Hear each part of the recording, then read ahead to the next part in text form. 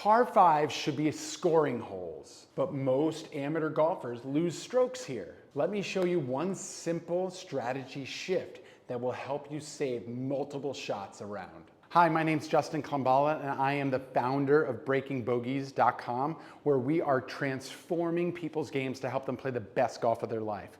We are helping people break 100, break 90, or even break 80 for the first time ever.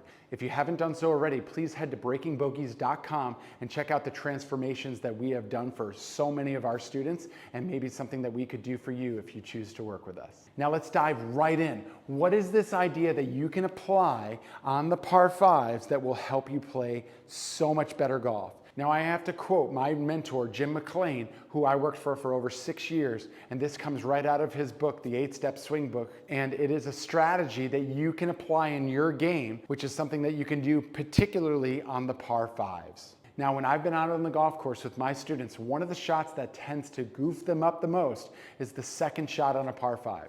They hit a decent drive out in the middle of the fairway, but then they hit their 3-wood or their 5-wood and try to hit the ball as far as they possibly can on their second shot, and they end up just hitting a shot that's not as great as they would like it to be.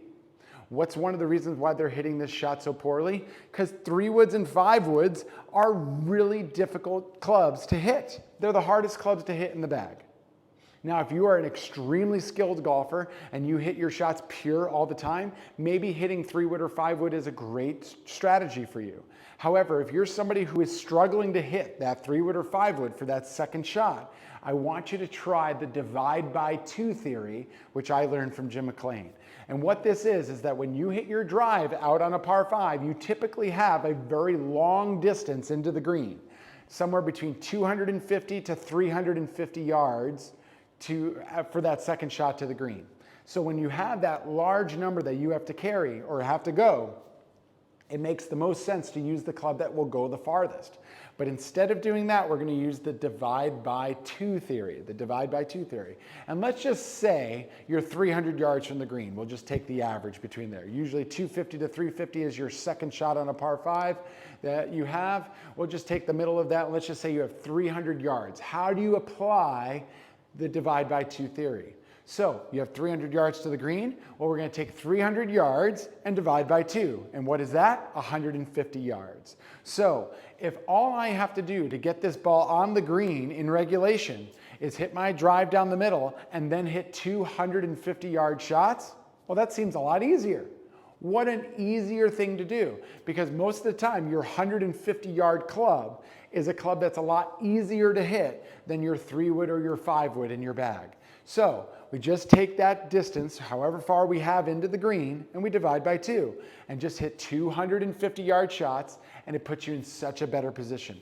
And what's interesting too about this strategy is that most of the time when you're hitting that second shot onto par 5, the closer you get up to the green, that's usually where a lot of the trouble is. A lot of bunkers are around the green. Sometimes they even put bunkers near about 50 to 60 yards from the green on a par 5.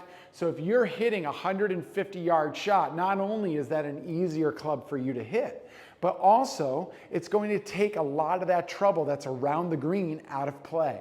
So you just hit that 150-yard shot, and then you take that same club again and hit that same shot again onto the green, and you've avoided all that trouble, and you've hit a much easier club twice to get yourself on the green in regulation. And I promise you, if you're giving yourself more birdie putts, no matter where it is on the green, especially on these par 5s, you are going to lower your score. But I can't tell you how many times I've been out on the golf course where someone tries to hit that hero shot with their 3-wood or 5-wood, and they get themselves into trouble because they're just trying to hit it as hard as they can, or just because simply it's a harder golf club to hit, they end up making a mistake and don't hit a great golf shot. So the divide by 2 theory from Jim McLean is going to be a phenomenal idea for you to use that's going to help you play the best golf of your life on these par 5s. Most people who want to play better golf usually need a plan. And at breakingbogeys.com, we walk people through a step-by-step guided plan to help them play the best golf of their life.